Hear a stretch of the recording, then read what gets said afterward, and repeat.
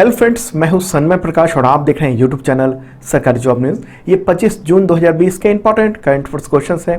PDF available है video के description में, या आप इसे वीडियो खत्म होने से ठीक पहले मेरे बगल में जो डाउनलोड का लिंक आएगा वहाँ से ले सकते हैं। बहुत सारे क्वेश्चन है, बहुत इंपॉर्टेंट भी। पहला क्वेश्चन लेते हैं। गलवान वैली, हॉट स्प्रिंग और पेंगसो लेक में तनाव के बाद अब चीनी सेना किस नए इलाके में टेंशन क्रिएट कर रही है? इसका आंसर होगा डेप्सांग।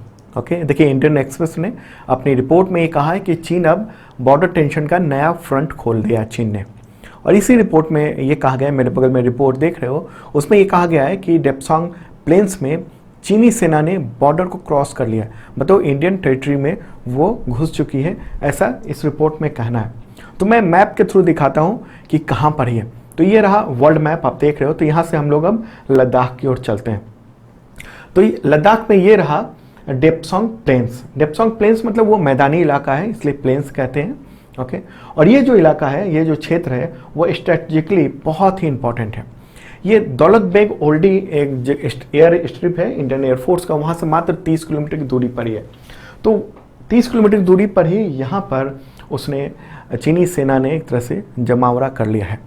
और रिपोर्ट में ये कहा गया है कि चाइनीज आर्मी ने डेप्सांग में वाई जंक्शन और या कहें कि बॉटल नेक, वाई जंक्शन या फिर बॉटल नेक मतलब बोतल की जो नेक होती है उसके जैसी जो जगह है, वहाँ पर उसने बड़ी संख्या में चीनी सेना डिप्लॉय कर ली है चीन ने। और इंडियन एक्सप्रेस ने सूत्रों के हवाले से ये कहा है कि यहाँ पर heavy vehicles, specialist military equipments शामिल है, वहाँ पर तैनात किए गए हैं चीन के द्वारा। और यहाँ पर चीन अब इंडियन पेट्रोलिंग को भी रुकावट डाल रहा है, मतलब इंडियन सेना जो वहाँ पेट्रोलिंग करती थी, वहाँ विजिट करती थी देखने के लिए, तो उसको भी रोक रहा है। और चीन की ये कोशिश है कि डेप्सांग में एलएसी जो है उसको पश्चिम में शिफ्ट कर दिया जाए। वो चाहता है कि एलएसी को ही बदल दिया जाए। ओके, तो वाई जंक्शन कहें या बॉटल नेक, ये जो जगह है जहाँ पर चीनी सेना ने घुसपैठ की है, एक तरह से जो रिपोर्ट आ रही है उसके अनुसार, तो वहाँ पर 2013 में भी चीनी सेना घुस आई थी और 3 सप्ताह तक स्टैंड ऑफ था। इंडियन और चाइनीज आर्मी के बीच में आमने सामने खड़ी थी और फिर डिप्लोमेटिक बातचीत हुई, तब यथा स्थिति को बहाल किया गया था, दोनों सेना पीछे हटी थी। और ये बॉटल नेक जो एरिया है वो 18 किलोमीटर का है। और यहाँ पर चीन और भारत जो है वो अपने अपने अनुसार एलएसी मानता है। चाइना मानता है कि काफ़ी आगे तक है, वो कहता है कि तो हम तो अपने एरिया में हैं, लेकिन इंडिया के जो एलएसी है उसके मुताबिक वो काफ़ी आगे तक है एलएसी। ओके, तो ये डिस्प्यूट है, क्योंकि आपको मैंने पहले ही बताया हुआ कि एलएसी जो है वो एग्जैक्ट डिफाइन नहीं है। मीडिया रिपोर्ट्स का ये कहना है कि 1962 में जो वार हुआ था इंडिया और चाइना के बीच में, उसके बाद एलएसी की लाइन खींच दी गई थी एक पेन से, और वो इतनी चौड़ी हो गई जब एग्जैक्ट ज़मीन पे आ गया कि वो करीब 8 किलोमीटर चौड़ी होगी, तो वो एक दूसरे जो है इंटर कर जाते हैं, ऐसा माना जाता है। ओके, अच्छा, इंडियन एक्सप्रेस ने इस बात को आर्मी के मीडिया विंग से के सामने रखा और पूछा कि इसके बारे में आप बताइए कि क्या कहना चाह रहे हैं आप, क्या चाइनीज आर्मी ने वहाँ पर भी घुसपैठ की है या फिर एलएसी को क्रॉस किया वहाँ, या वहाँ पर एलएसी पर बहुत भारी जमावड़ा कर दिया है चीनी सेना ने?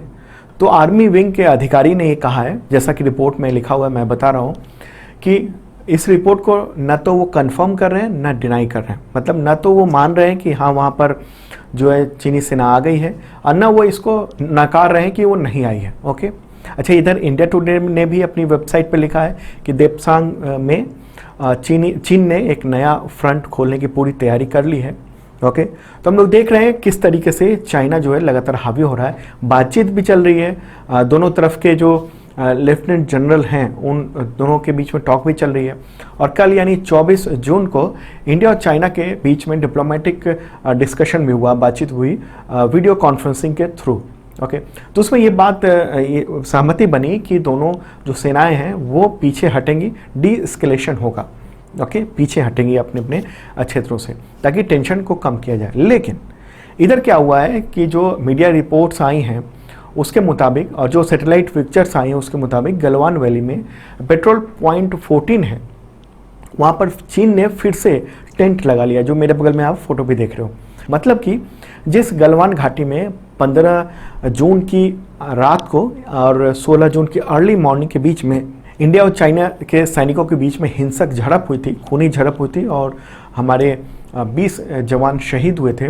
तो उसी जगह पर गलवान घाटी में पेट्रोल पॉइंट 14 पर फिर से चीन ने टेंट बना ली है। चीन के टेंट देखे गए, वहाँ पर बुलडोजर और तमाम सड़क बनाने के तमाम इक्विपमेंट्स और भारी जमावड़ा वहाँ पर देखने को मिल रहा है। तो ये है, एक तरफ से तो बातचीत भी हो रही है और उसमें यह तय हो रहा है कि दोनों सेनाएं पीछे हटेंगी, टेंशन कम किया जाएगा, लेकिन दूसरी तरफ हम लोग देख रहे हैं कि चीन की ओर से फ्रंट लगातार नए खोले जा रहे हैं। ओके, पेंगोंग त्सुई लेक में वहाँ पर जो फिंगर एरिया 4 है, वहाँ पर ऑलरेडी चीनी सैनिक वहाँ जमे हुए हैं, वो इंडिया को आगे नहीं बढ़ने दे रहे हैं। ओके, तो ये एक टेंशन देखने को मिल रहा है। तो जो बातें थी, जो करंट अफेयर्स होता है, मतलब कि जो भी घटनाएं हो रही है उसको मैं इन्फॉर्म आप तक करूं, तो वो मैंने इन्फॉर्म किया। अगला क्वेश्चन लेते हैं, इंपॉर्टेंट है। केंद्रीय मंत्रिमंडल ने उत्तर प्रदेश के किस एयरपोर्ट को अंतर्राष्ट्रीय हवाई अड्डा घोषित करने की मंजूरी दे दी है, प्रस्ताव को? ओके, इंटरनेशनल एयरपोर्ट घोषित कर दिया है। आंसर होगा कुशीनगर एयरपोर्ट। ओके, देखिए प्रधानमंत्री नरेंद्र मोदी की अध्यक्षता में 24 जून को सेंट्रल कैबिनेट की मीटिंग हुई और उसी में ये फैसला लिया गया है। दरअसल वहाँ पर कुशीनगर में पहले से एयर स्ट्रिप थी 3 किलोमीटर लंबी, और बड़ी वजह ये है कि इससे विदेश से जो आने वाले जो बौद्ध यात्री हैं उनको आसानी होगी वहाँ पर पहुँचने में। देखिए बौद्ध सर्किट में कुशीनगर एक बहुत इम्पॉर्टेंट प्लेस है। कुशीनगर इंपॉर्टेंट जगह है, तीर्थस्थल है, जहाँ पर गौतम बुद्ध यानी भगवान बुद्ध ने महापरिनिर्वाण प्राप्त किया था अंतिम समय। तो इसके साथ ही उसी के पास में लुम्बिनी भी है, 195 किलोमीटर की दूरी पर है। श्रावस्ती है 238 किलोमीटर की दूरी पर। कपिलवस्तु है 190 किलोमीटर पर। तो ये सब बौद्ध तीर्थ स्थान है। और आपको बता दूं कि थाईलैंड, कंबोडिया, जापान, म्यांमार, इन सब देशों से हर दिन 200 से 300 श्रद्धालु जो हैं कुशीनगर पूजा अर्चना करने के लिए आते हैं। तो अभी तक इंटरनेशनल एयरपोर्ट उसके मान्यता नहीं मिली थी, तो वो पहले अलग अलग या तो लखनऊ आते थे या दिल्ली आते थे या पटना आते थे, फिर वहाँ से उस जगह पर पहुँचते थे। तो अब वहाँ पर इंटरनेशनल जो मानक है उसके अनुसार हवाई अड्डे को डेवलप किया जाएगा। अगला क्वेश्चन लेते हैं। केंद्रीय कैबिनेट ने सभी सहकारी बैंकों को किस संगठन की निगरानी में लाने का अध्यादेश पास किया है? इसका आंसर होगा RBI, reserve bank of India के अंतर्गत उनकी निगरानी में अब आ जाएंगे। तो इसके तहत कितने ये सब बैंक हैं सहकारी? तो 1482 शहरी सहकारी बैंक हैं, यानी अर्बन कोऑपरेटिव बैंक 1482। ओके, और 58 जो है वो मल्टी स्टेट कोऑपरेटिव बैंक है, यानी बहुराज्यीय सहकारी बैंक है। इसके अलावा तमाम जो सरकारी बैंकें हैं वो सब अब आरबीआई के सुपरविजरी पावर के अंतर्गत आ जाएंगी। और आरबीआई की शक्तियां हैं उसके अनुसार अभी जो है वो अनुसूचित जो बैंक हैं, शेड्यूल्ड बैंक हैं, उन पर लागू होता है, लेकिन अब सहकारी बैंक यानी कोऑपरेटिव बैंक उस पर भी लागू होगा। और इससे यह होगा कि निगरानी कड़ी हो पाएगी और जो गड़बड़ियां होती हैं और निवेशकों का जो भरोसा उठता है उस पर लगाम लग सकेगा। अगला क्वेश्चन लेते हैं। गुजरात के 5वें लोकायुक्त कौन हैं? आंसर होगा राजेश शुक्ला। ओके, देखिए गुजरात के राज्यपाल आचार्य देवव्रत ने 23 जून को उनको लोकायुक्त पद पर शपथ दिलाई है। राजेश शुक्ला जो हैं वो गुजरात हाई कोर्ट के रिटायर्ड जज हैं और वो 5वें लोकायुक्त बने हैं। तो गुजरात की बात हो रही है, चीफ मिनिस्टर कौन है और गवर्नर कौन है?